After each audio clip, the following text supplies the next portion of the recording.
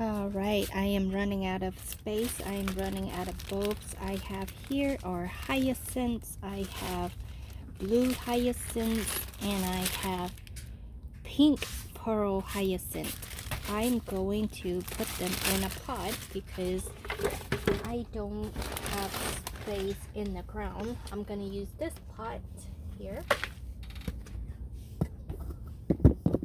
I think I'm going to move it closer.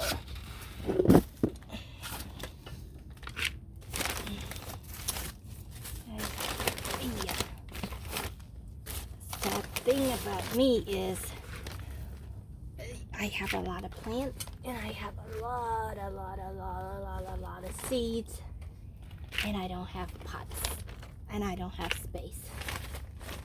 I need to live in a 10-acre lot in order for me to have enough space for all my plants and flowers. But I have to be grateful to what I have, so I cannot complain. I should not complain because it could be worse. So when you complain, you just have to be thankful that. So here I have the blue hyacinth. I'm going to put them here. I have the pink hyacinth and I get 4 pink. So I'm gonna put 2 in a pot. I also have some freesia here. This freesia, they have they are double petals. So this one are beautiful. And I'm gonna drop 2 in here, 2 freesias, but the bulb seems to be very dry and unhealthy, so I'm gonna drop 4 freesias down here. And the freesias are different color. I'm supposed to plant them 3 inches deep, and this is the time to plant your bulbs. Actually, in October, just put the bulbs in the ground or in the pot like I am doing. But basically, this is a great time to plant your bulbs, and then by springtime you can have beautiful flowers to look at. So that is that. And I have one more pot here.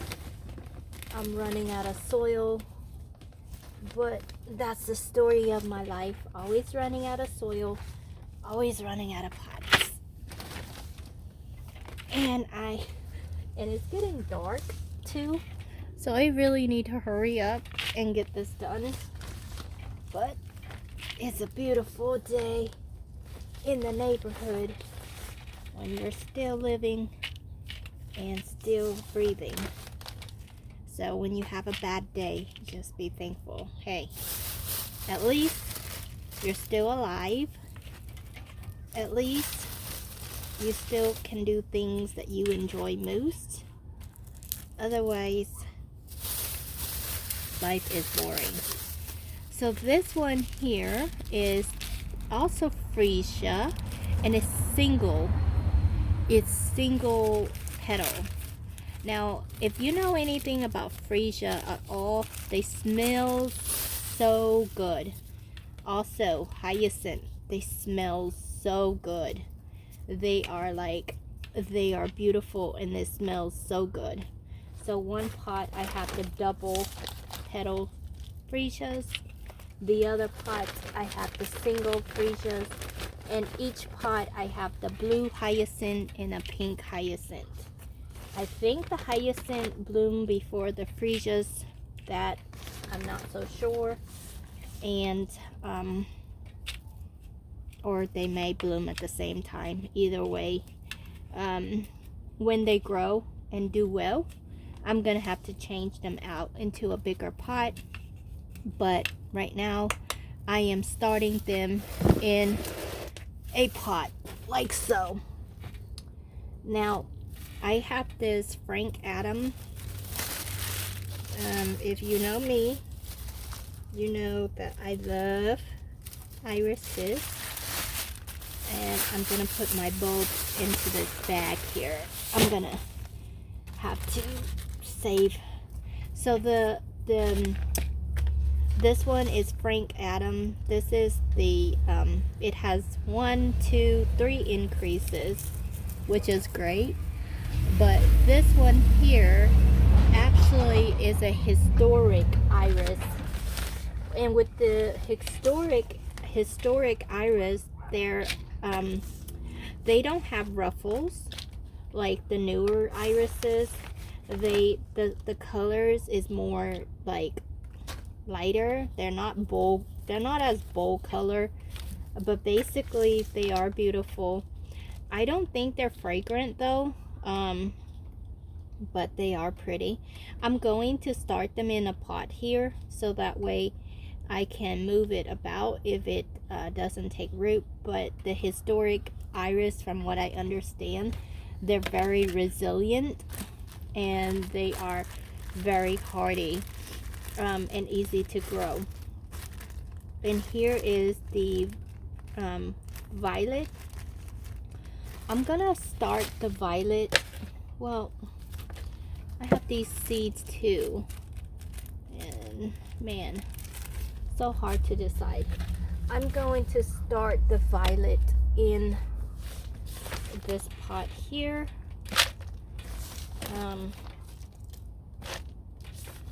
From what I understand, the violet multiply and grow very quickly. They have pretty purple flowers. They call it violet, but they really don't look like violety color. They are very, they're like ground cover. They're more like ground cover, and they're very hardy as well. So I'm just gonna put everything in this pot. I have no idea. I'm just going to go ahead and leave some uncover and cover the rest, because I don't see where the roots are. So once they grow and they take roots, and if I like how they look as for ground cover, then I'm going to do something different to them, put them in a different place or different spots or whatnot. Now these are cute. They have small pink flowers. I like anything that is pink, but I am running out of pots, so I'm just gonna start it. From what I was told, I can throw the seeds anywhere on the ground and it will grow. But if I have an acre or two, I would throw the seeds anywhere. But because I don't have an acre or two, I'm gonna start it in a tiny pot, and I'm gonna let it grow in a little pot, and then until I get a bigger pot, I can put them in a bigger pot. So that's the story of my life. Basically, when you don't have space, you make do with what you have, and so you have to start things in pot like so. And also it helps with evasion control. So if you have invasive plants, you have plants that multiply very quickly, you can actually, by putting them in pot, you can control their productivities.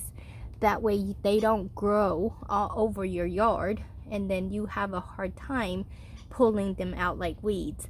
So for example, even though I love monarch butterflies, I love saving them, helping them, you know, growing them, putting them into like a fish tank like or lizard tank like to just keep them healthy and keep them growing. I love doing all that. But the milkweeds, as its name, it's very invasive. So if you grow them in the ground, I did, and it just multiplies and it grows all over your garden. And then when the time comes, you have to weed them out and control their growth, because at the end of the day, you don't want 2,000 milkweed growing and taking over your yard and nothing else that you like grow. So that's the reason why I always encourage everyone to start their plants in pots. Not only that you can, control it from rotting, like if you have bulbs, if you plant them in the ground, it might be eaten by gopher, it might be rotten, it might be whatever. But if you put them in pots and if you notice they're not growing, you can actually take them out of the pot and see what exactly happening with your rhizomes, with your bulbs, so you can, try to save them. That way you don't have to worry about getting new bulbs, because if they are affected by a virus or by a disease or whatever, it's easier for you to learn about the bulbs, learn about the plant, and see what temperature they like, how wet they want it to be watered, etc. Because some plants are finicky and they don't always grow for you, and they don't always do well. So that's another reason why everything I do, I tend to try to start them out with a pot, so I can learn the behavior of each individual plant or each individual bulbs, so I can take care of them. Otherwise, you're going to be flying free like the bird. You don't know whether it's gonna survive, or it's going to die, or it's going to take over your garden. I am in California. I don't have 2 or 3 acres to play with. I have a very small plot of land. I don't mind spending the time and the money buying the rhizomes, buying the most expensive plants for me to enjoy.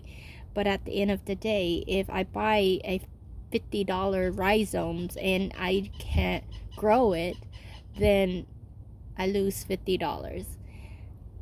There is one time where I bought this beautiful bonsai for $75. It has magnificent smell, aroma, and it's beautiful. I just cannot give it up. I bite the bullet. I bought it. I took it home. It lasted for a month and then it died on me. I've done everything I could to see what's the matter with this plant, but it's not the right environment. It's not the right plant. It's nothing that I did. It's just the plant doesn't like it. So long story short, that's how I started to learn that not everything grow, and it's okay. Enjoy it while you have it. And yeah, it sucks. It really sucks. So yeah, that's the story of my life. I am crazy for plants, and things does die on me, and it's okay. It's okay. I just get up, move on, and start over. So it's not fun to see your plant die, but sometimes it does. So don't beat yourself over it, and just keep on moving. Ooh, yikes. Thank goodness I did not break my phone. Okay, so like this one, I think I put some seeds or something in it, and it's I hope I'm not getting sick again. Anyway, not everything grow. So at the end of the day, face the facts, move on, and I'm gonna put these seedlings in. Let's see if it grows for me. I'm just gonna put some soil on the top and just let it be. So there we go. One pot down, several more pots to sort away.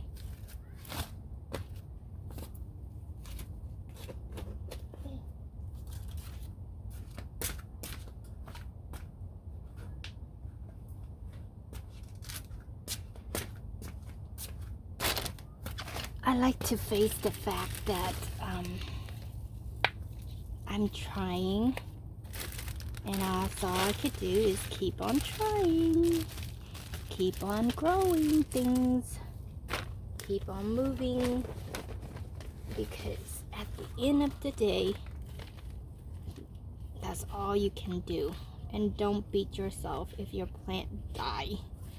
Just give it a funeral and said, go to heaven and come back a beautiful plant later.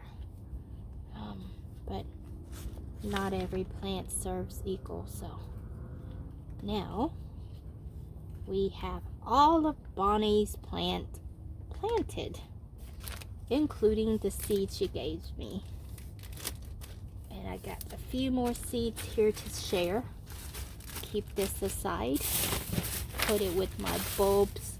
I'm gonna actually change out my bulbs into a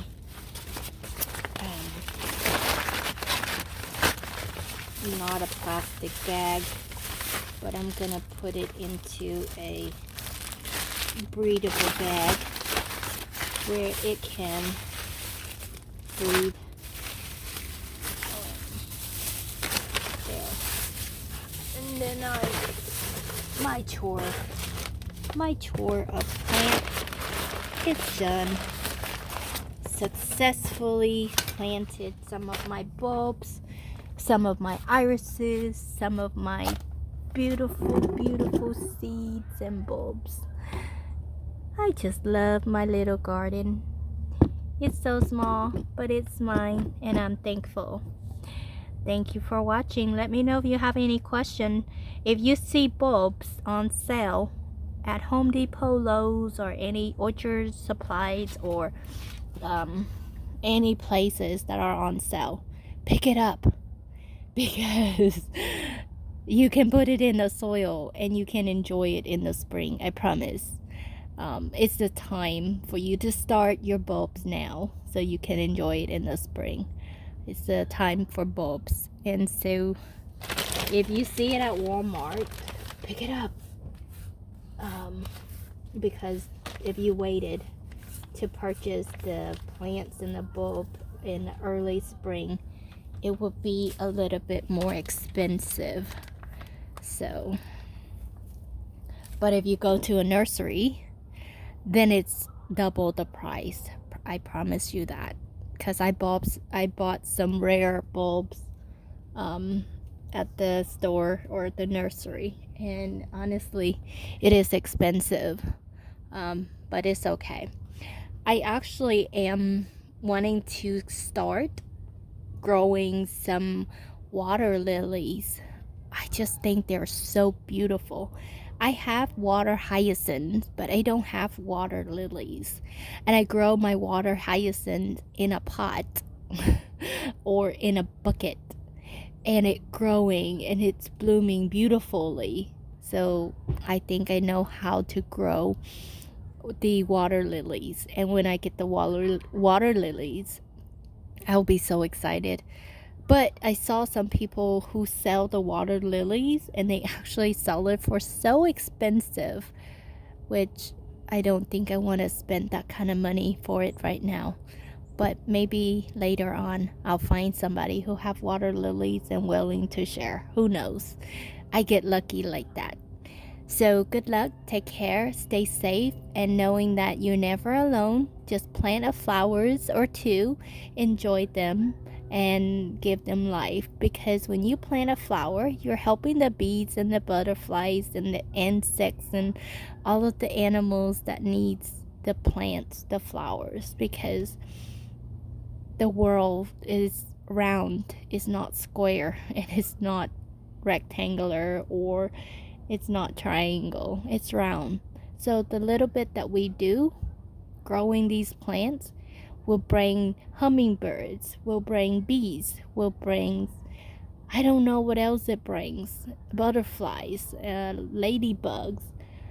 All of those are in the ecosystem, and we need them. And unfortunately, people are not very nice. After COVID, I feel like some people become very unkind to nature, throwing trash all over the place, doing things that they're not supposed to do, screaming, yelling, cursing, being mean to other people, which is not very nice. But enjoy your garden, enjoy what you can do with your two little hands, and basically try to help out the bees and the butterflies, because they need us. They need gardeners like us to have food, to grow plants so they can have something to eat. And that's the reason why I'm doing this. But aside from that, take care, stay safe, stay beautiful, and remember, flowers bloom, so be like the flower. You can bloom at different times, and you don't always have to look like the other flowers, but you too will bloom, and that's all it matters.